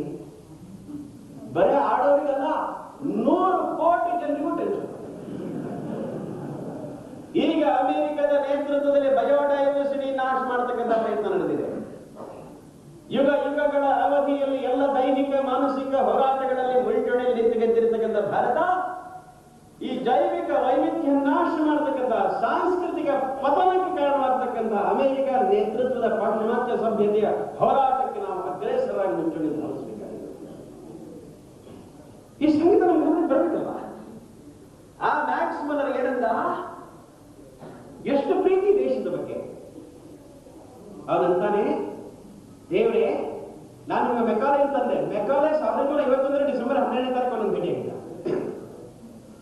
ಮೊದಲ ಭೇಟಿಯಲ್ಲಿ ಮೆಕಾಲೆ ಮ್ಯಾಕ್ಸ್ ಮುಲ್ಲರ್ಗೆ ಏನಂದ, Max Muller was A very good Sanskrit scholar. ಬಹಳ ಸಮೃದ್ಧವಾದ ಅಧ್ಯಯನ ಇತ್ತು ಅವನಿಗೆ, ಭಾರತದ ಬಗ್ಗೆ ಗೌರವ ಇತ್ತು. ಮೆಕಾಲೆ ಅವನನ್ನು ಭೇಟಿಯಾಗಿ ಒಂದು ಆಗ್ರಹ ಮಾಡ್ತಾನೆ, ಆರ್ಯರು ಭಾರತದ ಮೇಲೆ ಆಕ್ರಮಣ ಮಾಡಿದರು, ಅವರು ಅಜ್ಞಾತ ಮೂಲೆಯಿಂದ ಭಾರತದ ಮೇಲೆ ಬಂದರು ಅನ್ನುವಂಥದ್ದು ನೀನು ಹೇಳಬೇಕು. ವೇಟ್ ಬರುತ್ತೆ, ಭಾರತೀಯರಿಗೆ ಭ್ರಮೆ ನಿರ್ಮಾಣವಾಗುತ್ತೆ. ಅದಕ್ಕೋಸ್ಕರ ಇಂಗ್ಲೆಂಡಿನ ಆಕ್ಸ್ಫರ್ಡ್ ಯೂನಿವರ್ಸಿಟಿನಲ್ಲಿ ಓರಿಯೆಂಟಲ್ ರಿಸರ್ಚ್ಗೋಸ್ಕರ ಸ್ಟಡೀಸ್ಗೋಸ್ಕರ ಒಂದು ವಿಭಾಗವನ್ನು ತೆರೆಯೋಣ, 1 ಲಕ್ಷ ಪೌಂಡ್ ಪ್ರತಿ ವರ್ಷ ನೆರವು ಕೊಡ್ತೀನಿ ಅಂತ ಹೇಳಿದ. ಬಂಧುಗಳೇ, 1851 ಡಿಸೆಂಬರ್ 12ನೇ ತಾರೀಕು ತನಕ ಆರ್ಯರು ಭಾರತದ ಆಕ್ರಮಣಕಾರಿಗಳು ಅನ್ನೋ ಜಗತ್ತಲ್ಲಿ ಯಾರಿಗೂ ಗೊತ್ತಿರಲಿಲ್ಲ. ಆಮೇಲೆ ಉದ್ದೇಶಪೂರ್ವಕ ಬ್ರಿಟಿಷ್ ನಮ್ಮನ್ನು ದುರ್ಗಿದ್ರು. ಆ ಮ್ಯಾಕ್ಸ್ ಮುಲ್ಲರ್ ನಮ್ಮ ನಾಡಿಗೆ ತುಂಬಾ ಹಾನಿ ಮಾಡಿದ. ನಮ್ಮ ಬುದ್ಧಿಜೀವಿಗಳು ಅದನ್ನೇ ಹಿಡ್ಕೊಂಡು ಓದಾಡ್ತಿದ್ದಾರೆ. ಆದ್ರೆ ತಾನು ಮಾಡಿದ ತಪ್ಪಿಗೆ ಕೊನೆಯಲ್ಲಿ ಮ್ಯಾಕ್ಸ್ ಮುಲ್ಲರ್ ಪಶ್ಚಾತ್ತಾಪಟ್ಟ. ನಮ್ಮ ಬುದ್ಧಿಜೀವಿಗಳಿಗೆ ಬುದ್ಧಿ ಬಂದಿಲ್ಲ. ಕೊನೆಯಲ್ಲಿ ಮ್ಯಾಕ್ಸ್ ಮುಲ್ಲರ್ ಹೇಳ್ತಾನೆ, ದೇವರೇ ನನ್ನ ಮತದಲ್ಲಿ ಪುನರ್ಜನ್ಮ ಅನ್ನೋ ವಿಶ್ವಾಸ ಇಲ್ಲ. ಅದು ನಿಮ್ಗೆ ಗೊತ್ತಿದೆ, ಸಿಮಿಟಿಕ್ ರಿಲಿಜಿಯನ್ಸ್ ಅಲ್ಲಿ ರೀಬರ್ತ್ ಇಲ್ಲ. ಪುನರ್ಜನ್ಮ ಇರೋದು ಭಾರತೀಯ ಪಂಥಗಳಲ್ಲಿ ಮಾತ್ರ. ಕ್ರೈಸ್ತರಿಗೆ, ಮಹಮ್ಮದಿಯರಿಗೆ, ಪಾರ್ಸಿಗಳಿಗೆ, ಯಹೂದ್ಯರಿಗೆ ಪುನರ್ಜನ್ಮದ ನಂಬಿಕೆ ಇಲ್ಲ. ಅದಕ್ಕೆ ಮ್ಯಾಕ್ಸ್ ಮುಲ್ಲರ್ ಹೇಳ್ತಾನೆ, ನನ್ನ ಮತದಲ್ಲಿ ಪುನರ್ಜನ್ಮದ ವಿಶ್ವಾಸ ಇಲ್ಲ, ಆದ್ರೆ ಭಾರತದ ಪ್ರಾಚೀನ ಗ್ರಂಥ ಓದಿದ ನನಗೆ ಅದರ ವಿಶ್ವಾಸ ಬರ್ತಿದೆ. ಅಕಸ್ಮಾತ್ ಪುನರ್ಜನ್ಮ ಇರೋದು ಹೋದಾದ್ರೆ ನಂಗೆ ಮುಂದಿನ ಜನ್ಮದಲ್ಲಿ ಭಾರತದಲ್ಲಿ ಜನ್ಮ ಕೊಡೋ, ಸಾಧ್ಯವಾದ್ರೆ ಗಂಗಾ ನದಿ ದಡದಲ್ಲೇ ಜನ್ಮ ಕೊಡೋ, ನನ್ನ ಚಾಯ್ಸಿಗೆ ನೀನು ಅವಕಾಶ ಕೊಡ್ತಿದ್ರೆ ಕಾಶಿನಲ್ಲೇ ಹುಟ್ಟಲಿಕ್ಕೆ ನಾನು ಬಯಸ್ತೀನಿ ಅಂತ ಬಂದಿದ್ದೀನಿ. ಇದು ಭಾರತದ ಬಗ್ಗಿರತಕ್ಕಂಥ ಶ್ರದ್ಧೆ. ನಮ್ಮವರೆಲ್ಲರೂ ಸಹ ಹಿರಿಯರು ಇದಕ್ಕೆ ಒಪ್ಪುವಂತ ನಮ್ಮ ಜೀವನ ನಡೆಸಿದರೆ ಅನ್ನೋದನ್ನು ನಾವು ಮರಿಬಾರದು ಬಂಧುಗಳೇ. ನಮ್ಮ ಕಾಲದ ಋಷಿ ಯೋಗಿ ಅರವಿಂದ ಘೋಷ್ ಹೇಳಿದ್ರು, ಭಾರತವನ್ನ ಕಲ್ಲು ಮಣ್ಣು ಬೆಟ್ಟ ಗುಡ್ಡ ಕಣಿಬೇಕಂದ್ರೆ ಮುಳ್ಳು ತುಂಬಿದ ನಿರ್ಜೀವ ವಸ್ತುವನ್ನು ಭಾವಿಸಬೇಡಿ, ಆಕೆ ದುರ್ಗೆ ಮೈವೆತ್ತ ರೂಪ. ವಿವೇಕಾನಂದರಿಗೆ ಈಕೆ ಕಾಳಿಯಂತೆ ಕಾಣಿಸ್ಕೊಂಡು ಸ್ವಾಮಿ ರಾಮತೀರ್ಥ ಇನ್ನೂ ಒಂದ್ ಹೆಜ್ಜೆ ಮುಂದಕ್ಕೆ ಹೋಗಿ ಹೇಳ್ತಾರೆ, ನಾನ್ ಬೇರೆ ನನ್ನ ದೇಶ ಬೇರೆ ನನಗನ್ಸಲ್ಲ, ನನ್ನ ಮತ್ತು ದೇಶದ ನಡುವೆ ಅದ್ವೈತವನ್ನು ಅನುಭವಿಸಿದ್ದೀನಿ. ಓಹೋ, ನನ್ನ ನೀವು ಅದೆಷ್ಟು ಭವ್ಯ, ನಾನೇ ಭಾರತ, ಭಾರತವೇ ನಾನು, ಕಾಶ್ಮೀರ ನನ್ನ ಶಿರ, ಕನ್ಯಾಕುಮಾರಿ ನನ್ನ ಪಾದಯುಗ್ಮ, ಹಿಮಾಲಯದ ಶ್ರೇಣಿಗಳೇ ನನ್ನ ಬಾಹುಗಳು, ವಿಂಧ್ಯ ನಮ್ಮ ಸೊಂಟ, ನಾನು ಅಡಿಯಿಡಲು ಭಾರತವಡಿ ಇಟ್ಟಂತೆ, ನನ್ನ ಉಸಿರು ಭಾರತದ ಉಸಿರು, ನಾನೇ ಭಾರತ, ನಾನೇ ಶಂಕರ, ಇದು ನಿಜವಾದ ವೇದಾಂತ ಅಂತ ಹೇಳಿ. ನಮ್ಮ ಈಗಿನ ಪ್ರೈಮ್ ಮಿನಿಸ್ಟರ್ ಅಟಲ್ ಜಿ ಬಹಳ ಒಳ್ಳೆ ಕವಿ. ಅವ್ರ ನಾಲಿಗೆ ಸರಸ್ವತಿ ಇದ್ದಾಳೆ. 1957 ಮೊದಲ ಬಾರಿಗೆ ಪಾರ್ಲಿಮೆಂಟ್ ಅವರು ಪ್ರವೇಶ ಮಾಡಿದಾಗ ವಾಜಪೇಯಿ ಅವರ ಚೊಚ್ಚಲ ಭಾಷಣ ಕೇಳಿದ ಪಂಡಿತ್ ನೆಹರು ಕಣ್ಣು ಒದ್ದೆಯಾಗಿತ್ತು. ಅಟಲ್, ಒಂದು ದಿನ ನೀನು ಈ ನಾಡನ್ನು ಲೀಡ್ ಮಾಡ್ತೀಯ ಅಂತ ಅವತ್ತೊಂದು ಭಾಷ್ಯವನ್ನು ಹೇಳಿದ್ರು. 68ರ ಭಿವಂಡಿ ಗಲಭೆಯ ನಂತರ ಲೋಕಸಭೆಯಲ್ಲಿ ಅಟಲ್ಜಿ ಮಾತನಾಡಿದಾಗ ಪ್ರೈಮ್ ಮಿನಿಸ್ಟರ್ ಇಂದಿರಾ ಗಾಂಧಿ ಅವರಿಂದ ಹಿಡಿದು ಕಮ್ಯುನಿಸ್ಟ್ ಹಿರೇನ್ ಮುಖರ್ಜಿ, ಸೋಮನಾಥ್ ಚಟರ್ಜಿ ತನಕ ಸದನದ ಎಲ್ಲರ ಕಣ್ಣು ಒದ್ದೆಯಾಗಿತ್ತು. ಭಾಷಾ ಪ್ರಭು, ಕವಿ ಹೃದಯದ ಮುಗ್ಧ ಜೀವಿ ಅಟಲ್ಜಿ ತಾಯಿ ಭಾರತಿ ಯಶೋಗಾನ ಮಾಡಿದ್ದಾರೆ. ತಮ್ಮ ಕಾವ್ಯ ರಸದಿಂದ ತಾಯಿ ಭಾರತಿಗೆ ಅಭಿಷೇಕ ಮಾಡಿದ್ದಾರೆ. ಅವರ ಹಾಡುಗಳ ಸಂಕಲನ ಬಂದಿದೆ. ಒಂದು ಹಾಡನ್ನು ನಮ್ಮನ್ನು ಹೆಂಗೆ ಹೊಗಳ್ತಾರೆ ಗೊತ್ತಾ? ಏಳು ತಾಯಿ ಕೋಟಿ ಕೋಟಿ ದೇವತೆಗಳ ಹೆತ್ತೊಡಲು, ಹಿಮಾಲಯ ಅವಳ ಕಿರೀಟ, ಕಾಶ್ಮೀರ ಅವಳ ನೆತ್ತಿ, ನಮ್ಮ ಆಕಾಶದಲ್ಲಿರೋ ಮೋಡಗಳೇ ತನ್ನ ತಾಯಿಯ ಮುಂಗುರುಳು, ಬಲೂಚಿಸ್ತಾನ್ ಮತ್ತು ಬರ್ಮಾ ನನ್ನ ತಾಯಿಯ ಭುಜಗಳು, ಗಂಗಾ ಯಮುನೆಯರು ತಾಯಿ ಭಾರತೀಯ ಮಾಂಗಲ್ಯ, ದಿಲ್ಲಿ ತೋ ಮಾಕ ದಿಲ್ ಹೈ ಅಂತ ಬರೆದಿದ್ದಾರೆ ಹಾಡಲ್ಲಿ. ನಾಗಪುರ ಅವಳ ನಾಭಿ, ವಿಂಧ್ಯವೇ ಅವಳ ಸೊಂಟ, ವಿಂಧ್ಯದಲ್ಲಿ ಪೂರ್ವದಿಂದ ಪಶ್ಚಿಮ ಕರೀತಕ್ಕಂಥ ನರ್ಮದೆ ನನ್ನ ತಾಯಿ ಸೊಂಟಕ್ಕೆ ಭಗವಂತ ಇಟ್ಟ ಚಿನ್ನದ ಡಾಬು, ಪೂರ್ವ ಪಶ್ಚಿಮ ಘಟ್ಟಗಳು ಅವಳ ಕಾಲುಗಳು, ಕನ್ಯಾಕುಮಾರಿ ಅವಳ ಚರಣ ಕಮಲ, ಶ್ರೀಲಂಕಾ. ಆ ಹಾಡಲು ಅವರು ಹೇಳಿದರೆ, ಶ್ರೀಲಂಕಾ ತಾಯಿ ಭಾರತೀಯ ಚರಣಕ್ಕೆ ಭಗವಂತನೇ ಸಮರ್ಪಿಸಿದ ಕಮಲದ ಹೂವು. ಸಮುದ್ರ ರಾಜ ತಾಯಿ ಭಾರತೀಯ ಕಾಲು ತೊಳಿತಾನೆ, ವಾಯುದೇವ ಚಾಮರ ಬೀಸ್ತಾನೆ, सूर्यचंद्र आरती ಬೆಳಗ್ತಾರೆ. यह वंदन की भूमि है, अभिनंदन की भूमि है, अर्पण की भूमि है, तर्पण की भूमि है. ಈ ನೆಲದ ನೀರಿನ बिंदु बिंदु गंगा है, कंकड़ कंकड़ शंकर है. जिएंगे तो इसके लिए, मरेंगे तो इसके लिए. ಇಂಥ ಮಾತು ಹಾಡಿನ ಭಾಗ. ಬಂಧುಗಳೇ, ನಮ್ಮ ಹಿರಿಯರು ನಮ್ಮ ದೇಶ ಮೂರು ರೀತಿ ನೋಡಿದ್ದಾರೆ. ಒಂದು, ಈ ದೇಶ ನಮ್ಮ ತಾಯಿ, ಇನ್ನೊಂದು ಈ ದೇಶ ನಮ್ಮ ತಂದೆ, ಮಗನೊಂದು ಈ ದೇಶ ನಮ್ಮ ಗುರು. ಜಗತ್ತಿನಲ್ಲಿ ದೇಶವನ್ನ ತಮ್ಮ ಮಾತೃಭೂಮಿಯನ್ನ ತಾಯಿ ರೂಪದಲ್ಲಿ ಕಂಡವರಿದ್ದಾರೆ, ತಂದೆ ರೂಪದಲ್ಲಿ ಕಂಡವರಿದ್ದಾರೆ, ಗುರುವಿನ ರೂಪದಲ್ಲಿ ಕಂಡವರು ಇನ್ನೂ ಯಾರಿಲ್ಲ, ಕೇವಲ ನಾವು. ಈ ನಾಡು ನಮಗೆ ಮಾತೃಭೂಮಿ, ಪಿತೃಭೂಮಿ ಮತ್ತು ಗುರು ಸ್ವರೂಪಿ. ಇದು ಹೆಣ್ಣಿರೋದು ಕೃತಜ್ಞತಾ ಭಾವ, ಮತ್ತೇನಲ್ಲ. ನೀ ಜನ್ಮ ಕೊಟ್ಟಿದ್ದೀಯಾ, ವಾತ್ಸಲ್ಯದ ಹಾಲು ಕೊಡಿಸಿದ್ಯಾ ನನ್ನ ತಾಯಿ. ತಂದೆ ಯಾಕೆ? ಮಗು ಜನ್ಮ ಕೊಡೋ ತಾಯಿ ಆಚು, ಆ ಮಗುವನ್ನು ಒಳಗೊಂಡಂತೆ ಇಡೀ ಕುಟುಂಬದ ರಕ್ಷಣೆಯ ಹೊಣೆ ತಂದೆದು. ಈ ದೇಶ ತಂದೆಯಿಂದ ನಮ್ಮನ್ನು ಕಾಪಾಡ್ತು, ಸ್ವಾಭಿಮಾನಯುಕ್ತ ಸಂರಕ್ಷಣೆ ಕೊಟ್ಟು ಬರೆದಿದೆ, ತನ್ಮೂಲಕ ತಂದೆಯ ಪಾತ್ರ ನಿಭಾಯಿಸಿದೆ. ಅದಕ್ಕಾಗಿ ಪಿತೃಭೂಮಿ. ಗುರುವೂ ಹೌದು. ಯಾಕೆ? ನಾನು ಯಾರು, ಎಲ್ಲಿಂದ ಬಂದೆ, ಎಲ್ಲಿಗೆ ಹೋಗ್ಬೇಕು, ನನ್ನ ಅರಿವನ್ನ ನಮಗಿದ್ದದ್ದು ಭಾರತ. ಇಡೀ ಜಗತ್ ಕತ್ತಲಿದ್ದಾಗ ಈ ನಾಡ ಮಕ್ಕಳು ಭಗವಂತನಲ್ಲಿ ಕೇಳಿದ್ದು ತಮಸ್ಸೋ ಜ್ಯೋತಿರ್ಗಮಯ, ಭಗವಂತ ಬೆಳಕನ್ನು ತೋರಿಸೋ. ಅದಕ್ಕಾಗಿ ಜಗತ್ತೇ ಭಾರತವನ್ನು ಗುರುಸ್ವರೂಪದಲ್ಲಿ ಕಂಡಿದೆ. ಈ ಮೂರು ಋಣ ನಮ್ಮ ಹೆಗಲ ಮೇಲಿದೆ. ಬಂಧುಗಳೇ, ಈ ನೆಲಕ್ಕೆ ಅನ್ಯಾಯ ಮಾಡಬಾರದು, ಈ ಸಮಾಜಕ್ಕೆ ಅನ್ಯಾಯ ಮಾಡಬಾರದು. ಈಗ ನನ್ನ ತಂದೆ ತಾಯಿ ಗುರು ಅಂತ ನಾನು ಭಾವಿಸಿದಾಗ ಆ ಭಾವಿಸಿದ ವ್ಯಕ್ತಿಯ ಕೈಯಿಂದ ಲಂಚ ಸ್ವೀಕಾರ ಆಗೋದಿಲ್ಲ, ಭ್ರಷ್ಟಾಚಾರ ನಡೆಯಲ್ಲ. ನನ್ನ ತಾಯಿ ನಾನು ಅನ್ಯಾಯ ಮಾಡ್ಲಿಕ್ಕೆ ಸಾಧ್ಯವೇ ಇಲ್ಲ. ಆ ಮುಖ್ಯ ಹೃದಯದ ಬಂಧುತ್ವವನ್ನ ನಮ್ಮನ್ನು ಬೆಳೆಸಿದ್ದಕ್ಕೆಂದ ತಾಕತ್ತು ಈ ಮಣ್ಣಿನ ಕಡೆಯಲ್ಲಿ ಇವತ್ತಿಗೂ ಇದೆ.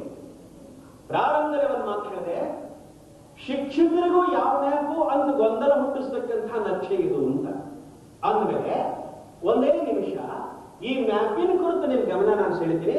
ನಾನು ಮುಕ್ತಾಯಕ್ಕೆ ಬರ್ತಿದ್ದೀನಿ, ನೀನು ಹೆಚ್ಚು ತಗೊಳ್ಳಲು ಇವತ್ತಿನಲ್ಲಿ ನಾನು ಮುಗಿಸ್ತಾ ಬರ್ತಿದ್ದೇನೆ. ಈ ನಕ್ಷೆ ಅಖಂಡ ಭಾರತದ ಮಾನಚಿತ್ರ ಇವತ್ತಿನ ನೋಡಿಲ್ಲ, ಬಹಳ ಕಳ್ಕೊಂಡಿದ್ದೇವೆ. ಎಷ್ಟು ಚಿಕ್ಕದಾಗಿದೆ ಅನ್ನೋದು ನಮ್ಗೆ ಗೊತ್ತಾಗ್ಬೇಕಾದ್ರೆ ಏನೇನು ಕಳ್ಕೊಂಡಿದ್ದೇವೆ ಅಂತ ಗೊತ್ತಾಗ್ಬೇಕು. ಏನೇನು ಕಳ್ಕೊಂಡ್ವಿ? 1911ರಲ್ಲಿ ಶ್ರೀಲಂಕಾ ಕಳ್ಕೊಂಡ್ವಿ, 1936ರಲ್ಲಿ ಬರ್ಮಾ ಕಳ್ಕೊಂಡ್ವಿ, 1857ರ ಮೊದಲು ನೇಪಾಳ ಭೂತಾನ್ ಕಳ್ಕೊಂಡ್ವಿ, 1949ರಲ್ಲಿ ಟಿಬೆಟ್ ಕಳ್ಕೊಂಡ್ವಿ, 1961ರಲ್ಲಿ ಕೈಲಾಸ ಮಾನಸ ಅಕ್ಸೈಚಿನ್ ಕಳ್ಕೊಂಡ್ವಿ, 47ರಲ್ಲಿ ಬಂಗಾಳ, ಪಂಜಾಬ್, ಬಲೂಚಿಸ್ತಾನ್, ಸಿಂಧ್, ಗಡಿನಾಡು ಪ್ರಾಂತ ಕಳ್ಕೊಂಡ್ವಿ, 8ನೇ ಶತಮಾನದಲ್ಲಿ ಗಾಂಧಾರ ಕಳ್ಕೊಂಡ್ವಿ. ಶ್ರೀಲಂಕಾ, ಬರ್ಮಾ, ನೇಪಾಳ, ಭೂತಾನ್, ಟಿಬೆಟ್, ಕೈಲಾಸ್, ಮಾನಸ, ಅಕ್ಸೈಚಿನ್, ಕಾಶ್ಮೀರ ಕಡಿಮೆ, ಪೂರ್ವ ಬಂಗಾಳ, ಪಶ್ಚಿಮ ಪಂಜಾಬ್, ಬಲೂಚಿಸ್ತಾನ್, ಸಿಂಧ್, ಗಡಿನಾಡು ಪ್ರಾಂತಗಳು, ಅದರಾಚೆಗಿಂತ ಗಾಂಧಾರ ಎಷ್ಟು ಕಳ್ಕೊಂಡ್ವಿ? ಕೇವಲ ಟಿಬೆಟ್ ಒಂದೇ, ಕೇವಲ ಟಿಬೆಟ್ ಒನ್ ಪ್ರಾವಿನ್ಸ್ ಎಷ್ಟು ದೊಡ್ಡದಿರ್ಬೇಕ್ರಿ? 12 ಲಕ್ಷ ಚದರ ಕಿಲೋಮೀಟರ್ ಪ್ರದೇಶ. Just imagine. ಇವತ್ತು ಭಾರತದ ವಿಸ್ತೀರ್ಣ 33 ಲಕ್ಷ ಚದರ ಕಿಲೋಮೀಟರ್ ಪ್ರದೇಶ. ಕೇವಲ ಟಿಬೆಟ್ ಒಂದೇ ಇವತ್ತಿನ ಭಾರತದ ಒಟ್ಟು ವಿಸ್ತೀರ್ಣದ 1/3 ಭಾಗದಷ್ಟು ದೊಡ್ಡ 12 lakhs 12 ಲಕ್ಷ ಕಿಲೋಮೀಟರ್ ಪ್ರದೇಶ. ದುರಂತ ಏನು ಗೊತ್ತಾ? 1818ರಿಂದ 1946 ತನಕ 130 ವರ್ಷ 560ಕ್ಕೂ ಹೆಚ್ಚು ಆಶ್ರಿತ ಸಂಸ್ಥಾನಗಳ ಮೂಲಕ ಭಾರತಕ್ಕೆ ಶಾಸನ ಕೊಟ್ಟ ಬ್ರಿಟಿಷರು 47 ವಾಪಸ್ ಹೋಗುವಾಗ ಯಾರ ಕೈಗೆ ಶಾಸನ ಒಪ್ಪಿಸಿದ್ರೋ ಅವರಿಗೆ ಹೇಳಿದ್ರು, ಟಿಬೆಟ್ ಬಗ್ಗೆ ಎಚ್ಚರದಿಂದಿರಿ, ಚೀನಾದ ಕಣ್ಣು ಅದರ ಮೇಲಿದೆ, 130 ವರ್ಷ ನಾವು ಕಾಪಾಡಿದ್ದೀವಿ, ನಮ್ಮ ಕಾಲದಲ್ಲಿ ಬಫರ್ ಸ್ಟೇಟ್ ಅಂತ ಕರೀತಾ ಇದ್ದೀವಿ, ಸ್ವಲ್ಪ ಮೈ ಮರೆದ್ರೆ ಟಿಬೆಟ್ ಕಳ್ಕೋತೀವಿ. ಭಾರತವನ್ನ ಎಂದೂ ಬ್ರಿಟಿಷರು ಪ್ರೀತಿಸಲಿಲ್ಲ, ಟಿಬೆಟ್ ಅನ್ನು ಕಾಪಾಡಿದರು. 130 ವರ್ಷ ಕಾಪಾಡಿ 47ರಲ್ಲಿ ನಮ್ಮ ಕೈಯಲ್ಲಿ ಇಟ್ಟರು. ಈ ದೇಶ ಪ್ರೀತಿಸೋ ನಾಯಕರು 2 ವರ್ಷದಲ್ಲಿ ಕಳ್ಕೊಂಡ್ರು. 49ರಲ್ಲಿ ವಿ ಲಾಸ್ಟ್ ಟಿಬೆಟ್. ನಮ್ಮನ್ನ ನಂಬಿದ್ದ ಮುಗ್ಧ ಲಾಮಾಗಳು ಇವತ್ತು ನಮ್ಮ ಫುಟ್ಪಾತ್ ಅಲ್ಲಿ ಸ್ವೆಟರ್ ಮಾರಿ ಬದುಕಬೇಕಾಗ್ತದೆ. ಅದರಲ್ಲೂ ಹೆಸರಿಲ್ಲ. 61ರಲ್ಲಿ ಮತ್ತೊಂದು ಚೀನಾ ಅಟ್ಯಾಕ್ ಮಾಡ್ತು. ಲಡಾಖಿನ ಭಾಗ, ನೇಪಾಳ ಭಾಗ, ಆಕ್ಸಾಯ್ಚನ್ನು ಹೊತ್ತು ಕೈಲಾಸ ಮಾನಸಗಳು ಹೋದವು. ಸ್ವಾತಂತ್ರ್ಯ ಬಂತು 47 ಆಗಸ್ಟ್ 15. 2 ತಿಂಗಳಲ್ಲಿ ಅಕ್ಟೋಬರ್ 20ನೇ ತಾರೀಕು ಪಾಕಿಸ್ತಾನ ಆಕ್ರಮಣ ಮಾಡಿತು ಕಾಶ್ಮೀರದ ಮೇಲೆ. ಕಾಶ್ಮೀರ ಕಣಿವೆಯ ಬಹುದೊಡ್ಡ ಭಾಗ ಕಳ್ಕೊಂಡ್ರು. ಕಾಶ್ಮೀರದ ಒಟ್ಟು ವಿಸ್ತೀರ್ಣ 2,05,000 ಚದರ ಕಿಲೋಮೀಟರ್ ಪ್ರದೇಶ. ಇವತ್ತು ನಮ್ಮ ಕೆಲವು ಬರೀ 1 ಲಕ್ಷ ಚದರ ಕಿಲೋಮೀಟರ್ ಪ್ರದೇಶ. 83,000 ಚದರ ಕಿಲೋಮೀಟರ್ ಪ್ರದೇಶ ಕಣಿವೆ ಹೋಗಿದೆ. 35,000 ಚದರ ಕಿಲೋಮೀಟರ್ ಪ್ರದೇಶ ಲಡಾಖ್ ಮತ್ತು ಆಕ್ಸಾಯ್ಚಿನ ಮೂಲೆಯಲ್ಲಿ ಕಳ್ಕೊಂಡಿದ್ದೇವೆ. ಅದು ಚೈನಾ ವಶದಲ್ಲಿದೆ, ಪಾಕಿಸ್ತಾನ ವಶದಲ್ಲಿದೆ. ಇದು ಹೇಳಿದ್ರೆ 50 ವರ್ಷದ ನಮ್ಮ ಶಿಕ್ಷಣದ ಪರಿಣಾಮ ಇವತ್ತಿನ ನಮ್ಮ ವಿದ್ಯಾರ್ಥಿ ಸ್ಪಂದಿಸೋದೇ ಇಲ್ಲ. ಎಂಥ ದುರಂತ ನಮ್ಮ ಶಿಕ್ಷಣದ ನೋಡಿ. ಬೆಳಗಾಂ ಜಿಲ್ಲೆಯ ಗೋಕಾಕ್ನಲ್ಲಿ ಒಂದು ಕಾಲೇಜಲ್ಲಿ ನಾನು ಪಾಠ ಈ ಕ್ಲಾಸ್ ತಗೊಂಡಿದ್ದೆ. ಮ್ಯಾಥ್ ಹಾಕಿದ್ರೆ ಬಿಟ್ಟು ಹೋಗಿದ್ದಾರೆ ಹೇಳೋ ಸಂದರ್ಭ. ಎಲ್ಲರೂ ಶಾಂತವಾಗಿ ಕೇಳ್ತಿದ್ದಾರೆ. ಮುಂದಿನ ಸಾಲಲ್ಲಿ ಕೂತ ಹುಡುಗ ನಕ್ ಬಿಟ್ಟ. ನಾ ಕೇಳಿದೆ, ಯಾಕಪ್ಪ ನಕ್ತೀಯಾ? ಇದೆಲ್ಲ ಬಿಟ್ಟು ಹೋಗಿದ್ದೆ ನಿಮ್ಗೆ ಸಂತೋಷ ಆಯ್ತಾ? ಅವನಂದ, ಇಲ್ಲ ಸರ್, ನನಗೂ ದುಃಖ ಇದೆ. ಮತ್ತೆ ನಗ್ತೀಯಲ್ಲ, ನಿಮ್ಮೂರಲ್ಲಿ ದುಃಖದಾಗ ನಗ್ತಾರ, ನಿಂಗೆ ಯಾಕೆ ನಗು ಬಂತು? ನಾನು ಜೋಕ್ ಮಾಡಿಲ್ವ, ತಮಾಷೆ ಹೇಳಿಲ್ವಲ್ಲಪ್ಪ? ಅವನೇನ್ ಅನ್ಬೇಕ್ರಿ? ಸರ್, ನನ್ಗೆ ಹೀಗೆ ಒಂದು ನೆನಪಾಯ್ತು. ಏನ್ ನೆನಪಾಯ್ತು? 47ನೇ ಇಸ್ವಿಗಿಂತ ಮುಂಚೆ ಓದ್ತಾ ಇದ್ದ ಮಕ್ಕಳಿಗೆ ಬರೇ 20 ಮಾರ್ಕ್ಸ್ ಇಷ್ಟು ದೊಡ್ಡ ಬಿಡಿಸ್ಬೇಕಾಗ್ತಿತ್ತಲ್ಲ ಸಾಲ. ನಾಳಿನ ಪ್ರಜೆಯವರು ಈ ನಮ್ಮ ದೇಶದಲ್ಲಿ ಯಾಕೆ ಬರಬೇಕು? ಮ್ಯಾಥ್ ದೊಡ್ಡದಾದ್ರೆ ಎಕ್ಸಾಮಿಕ್ ಪ್ರಾಬ್ಲಮ್. ನಾವೆಲ್ಲ ಒಂದು ಹಾಡು ಹೇಳ್ತಿದ್ವಿ, ಎತ್ತರೆತ್ತರೆತ್ತರಕ್ಕೆ ಏರಲೆಮ್ಮ ಬಾವುಟ, ಉತ್ತರಕ್ಕೆ ಬೆಳೆಯಲೆಮ್ಮ ಭೂಪಟ, ಯೋಧವಸ್ತ್ರ ಹೆಗರ ಶಸ್ತ್ರ ಧರಿಸಿ ಜನ್ಮ ಭೂಮಿಗೆ. ಉತ್ತರಕ್ಕೆ ಬೆಳೆಯಲೆಮ್ಮ ಭೂಪಟ ಅಂದ್ರೆ ನಮ್ಮ ಎಕ್ಸಾಮ್ ಆಗೋದು ಬೇಡ ಸಾರ್ ಅಂತ ಇದರ ಉದ್ದೇಶ ನೀವು ತಿಳಿಸ್ತೇನೆ. ಆದ್ರೆ ಬಂಧುಗಳೇ, 48ರ ಸಂವಿಧಾನದ ಸಭೆಯಲ್ಲಿ ಕಾನ್ಸ್ಟಿಟ್ಯೂಂಟ್ ಅಸೆಂಬ್ಲಿ ಮೀಟಿಂಗ್ ನಡೆದಿದ್ದಾಗ ಜನಗಣಮನವನ್ನ ರಾಷ್ಟ್ರಗೀತೆಯನ್ನಾಗಿ ಸ್ವೀಕಾರ ಮಾಡಿದಾಗ ಅವರು ಕೇಳಿದ್ರು, ಪಂಜಾಬ, ಸಿಂಧು, ಗುಜರಾತ್, ಮರಾಠ, ದ್ರಾವಿಡ, ಉತ್ಕಲ, ವಂಗ. ಪಂಜಾಬ್ ಹಕ್ಕು, ಸಿಂಧು ಇಲ್ಲ, ವಂಗ ಭಂಗ ಆಗಿದೆ. ಇದೆಂಥ ರಾಷ್ಟ್ರಗೀತೆ? ಆ ಪಂಡಿತರು ಹೇಳ್ತಾರೆ, ಕೆಲವು ನಮ್ಮಿಂದ ದೂರವಾಗಿರಬಹುದು, ನಮ್ಮ ಹೃದಯದಿಂದ ದೂರ ಮಾಡೋದು ಬೇಡ.